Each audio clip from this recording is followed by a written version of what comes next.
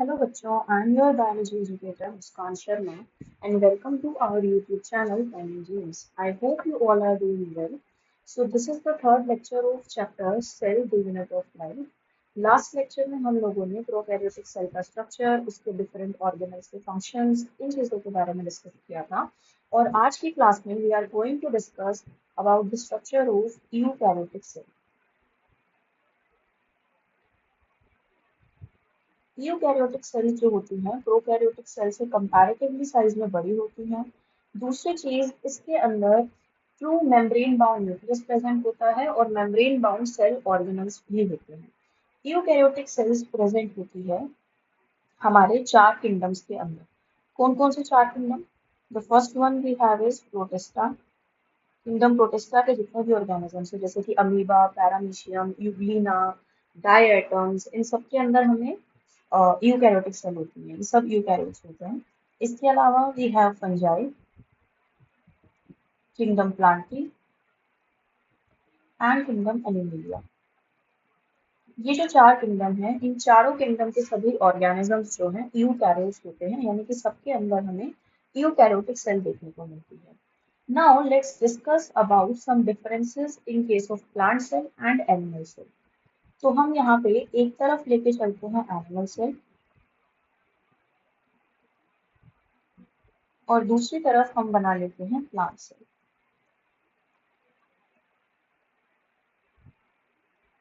Okay, structure के साथ हम कंपैरिजन एक ही टाइम पे कर लेंगे।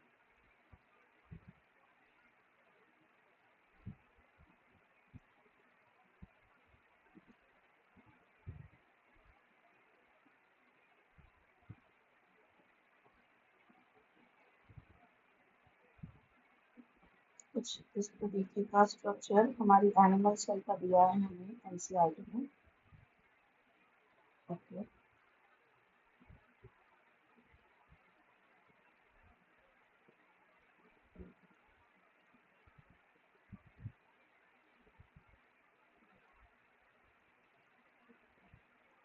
इस तरीके से। और यहाँ पे हमारे पास है प्लांट सेल।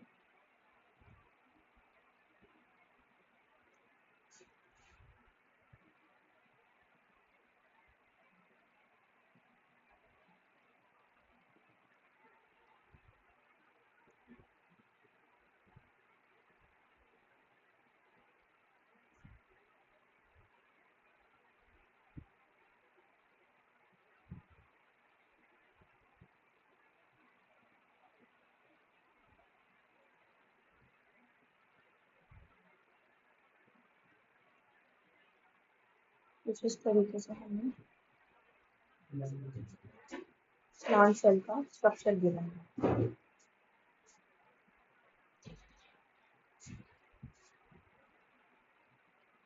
अब एनिमल सेल के केस में we have a single membrane जिसको हम सेल मेम्ब्रेन बोलते हैं। लेकिन प्लांट सेल में हमारे पास दो चीजें होती हैं, एक तो ये सेल मेम्ब्रेन और साथ में इसके पास प्रेजेंट होती है एक सेल वॉल। एक जो इसका यूनिक फीचर है जो कि हमने पढ़ा भी था, शॉन ने जो चीज हमें बताई थी, जो कि जर्मन जूलॉजिस्ट थे।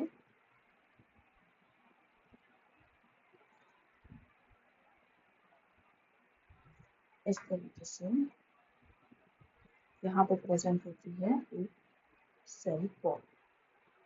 ठीक है, अब बात करते हैं इसके इंटरनल स्ट्रक्चर्स के बारे में। तो अब ये दोनों ही हमारे यूकैरियोटिक सेल हैं। तो इन दोनों के अंदर एक ट्रू मेम्ब्रेन बाउंड न्यूक्लियस हमें देखने को मिलेगा कुछ इस तरीके से।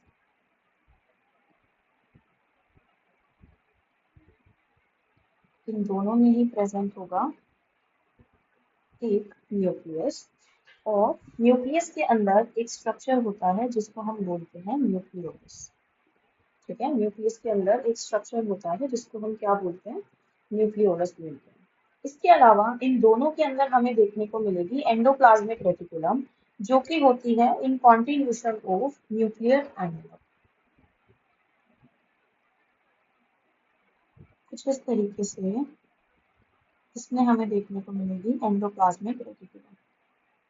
तो एंडोप्लाज्मिक रेटिकुलम जो होती है it's of two types, rough endoplasmic reticulum and smooth endoplasmic reticulum.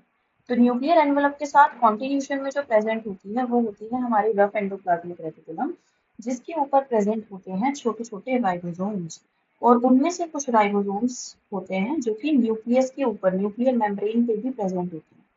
इस तरीके से इसके सरफेस पे हमें देखने को मिलेंगे छोटे छोटे राइबोसोम्स,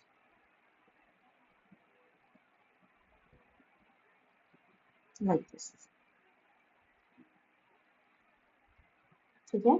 अब क्योंकि इसके सरफेस पे राइबोसोम्स प्रेजेंट होते हैं, इसी वजह से न्यूक्लियर मेम्ब्रेन हमें रफ जो ये रफ एंडोप्लाज्मिक रेटिकुलम है, it appears to be rough, क्योंकि इसका सरफेस स्मूथ नहीं रहता है।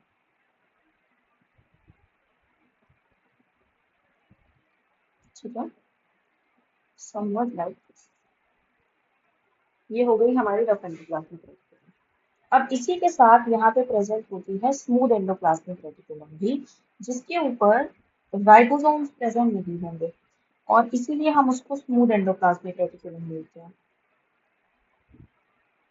तो इस तरीके से हमें यहाँ पे मिलेगा स्ट्रक्चर जिसको हम बोलेंगे स्मूथ एंडोप्लाज्मिक रेटिकुलम।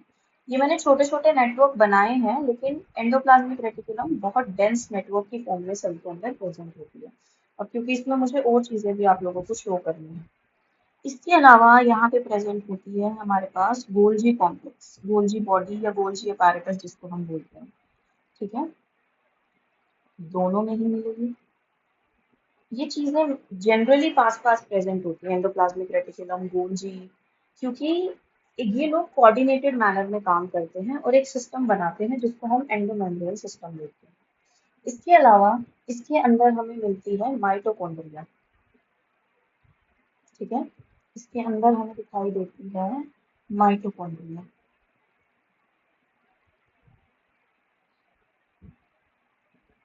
इस तरीके से यहाँ पे प्रेजेंट होती है mitochondria, which can be cylindrical or sausage shaped। बहुत सारी होती है यहाँ पे। तो number of mitochondria in any cell depends upon its activity. अगर कोई सेल ऐसी है जिसकी एनर्जी एक्सपेंसेस ज़्यादा है, उसको ज़्यादा एनर्जी की रिक्वायरमेंट होती है, तो ऐसी सेल के अंदर नंबर ऑफ माइटोकॉन्ड्रिया हमें कंपैरेटिवली ज़्यादा देखने को मिलता है। ठीक है,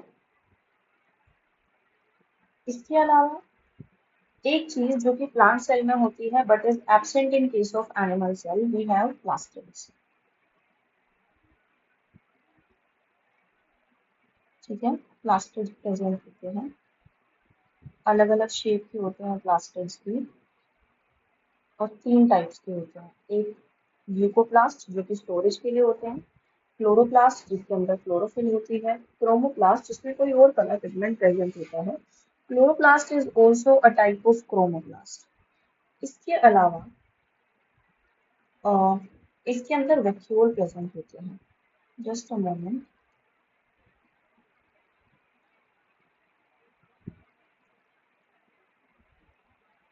क्लोरोप्लास्ट हम कुछ यहाँ बना, सो दैट हमारे पास वैक्यूल की भी जगह बच जाए। तो यहाँ पे हमारे पास प्रेजेंट होता है in case of plant cell एक बड़ा सा वैक्यूल, क्योंकि प्लांट सेल की 90% वॉल्यूम जो होती है वो ऑक्यूपाई करता है ये वैक्यूल। ठीक है, प्लांट सेल की 90% वॉल्यूम ऑक्यूपाई करता है वैक्यूल। तो in case of plant cell एक बड़ा सा वैक्यूल प्रेजेंट होता है।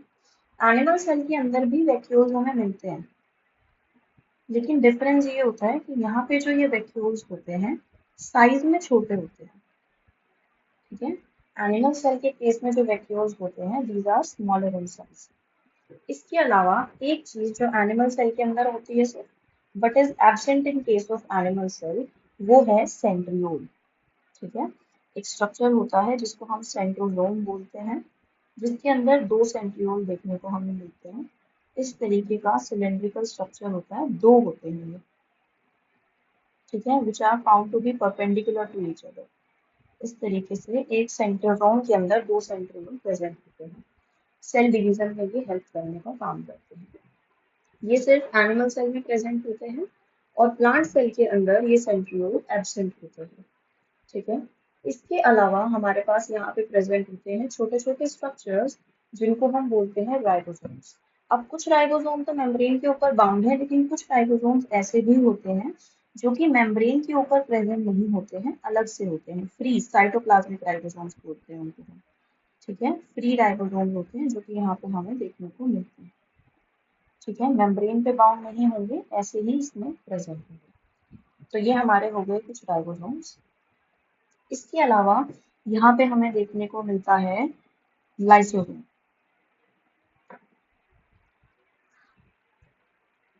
ठीक है, यहाँ हमें देखने को मिलता है लाइसोसोम, जो कि हम बना लेते हैं कुछ इस तरह से।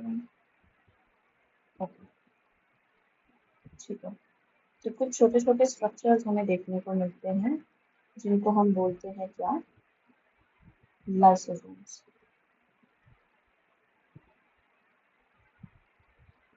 इस तरीके से इनको हम सुसाइडल बैग्स बोलते हैं। ठीक है, इस तरीके से हमें लाइसोसोम्स देखने को मिलते हैं।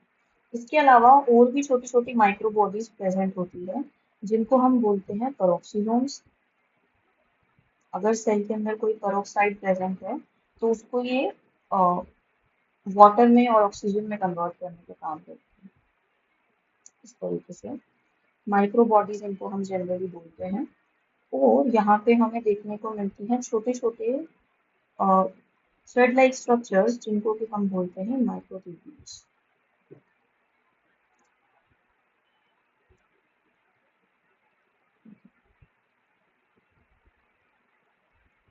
इस तरीके से छोटे छोटे थ्रेड लाइक स्ट्रक्चर्स होते हैं जिनको कि हम माइक्रोट्यूब्यूल्स बोलते हैं। ओके, सो ये कुछ स्ट्रक्चर्स होते हैं एनिमल सेल और प्लांट सेल का। अब इसकी लेबलिंग कर लेते हैं हम लोग। सबसे पहले एनिमल सेल में जो ये डिफरेंट हमें फिंगर लाइक स्ट्रक्चर देखने को मिल रहा है, इसको हम बोलते हैं माइक्रोविलाई। ठीक है, जरूरी नहीं कि हर एनिमल सेल में होती है, लेकिन कुछ एनिमल सेल में ये देखने को मिलती है। उसके बाद the outermost covering of plant cell we have is the cell wall.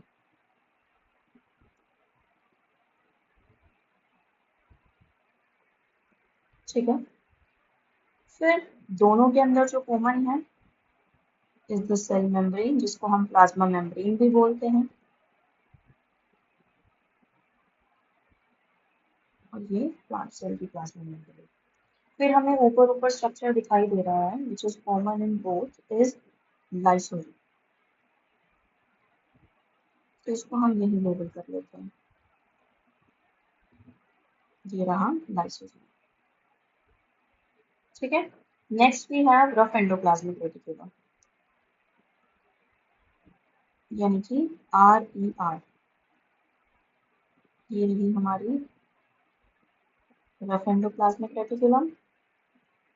Then we have our nucleus, और न्यूक्लियस के अंदर है nucleolus. Number of nucleolus may vary from 1 to many। ठीक है, इसके बाद हमारे पास प्रेजेंट है ये छोटे छोटे microtubules.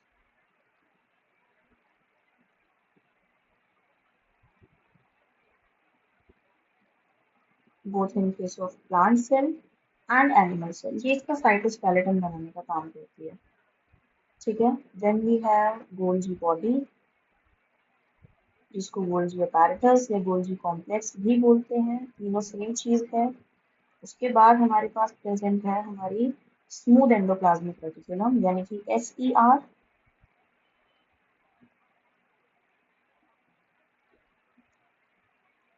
Then we have mitochondria,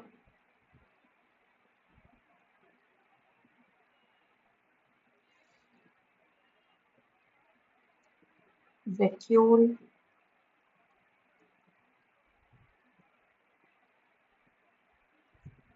इसके बाद हमारे पास है पेरोक्सिसोम,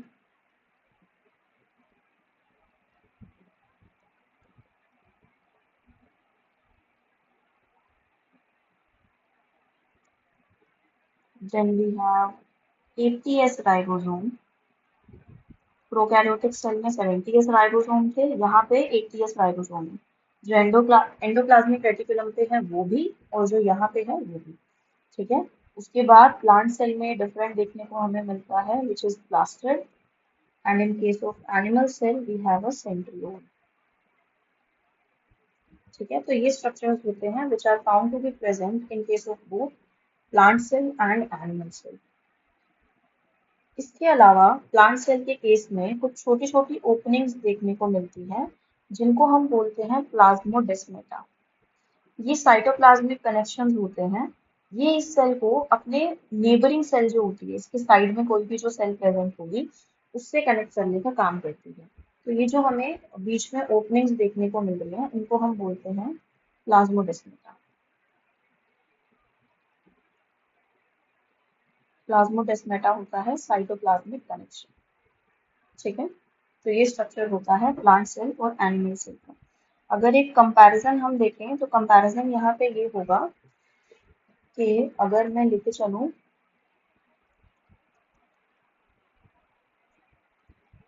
एनिमल सेल और प्लांट सेल, तो एनिमल सेल के अंदर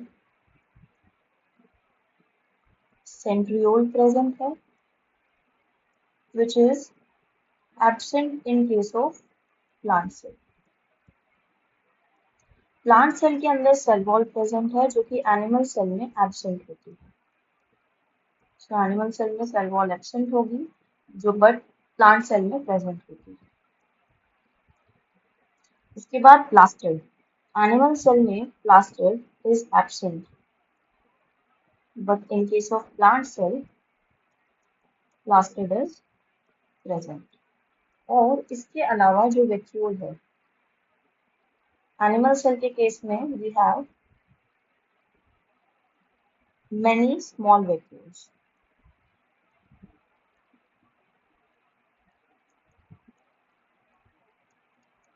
but in case of animal cell we have a single large vacuole which occupies 90% space of the plant cell. ठीक है, तो ये स्ट्रक्चर होता है हमारी प्लांट सेल और एनिमल सेल का। इन नेक्स्ट क्लास हम लोग इसके डिफरेंट डिफरेंट सेल ऑर्गेनल्स को डिस्कस करेंगे वन बाय वन। अगर आज के लेक्चर से रिलेटेड आपको कोई भी डाउट या क्वेरी है तो you can drop your query in the comment section below. Thank you so much for watching the video. अगर आपको वीडियो पसंद आई तो please like share and subscribe my YouTube channel.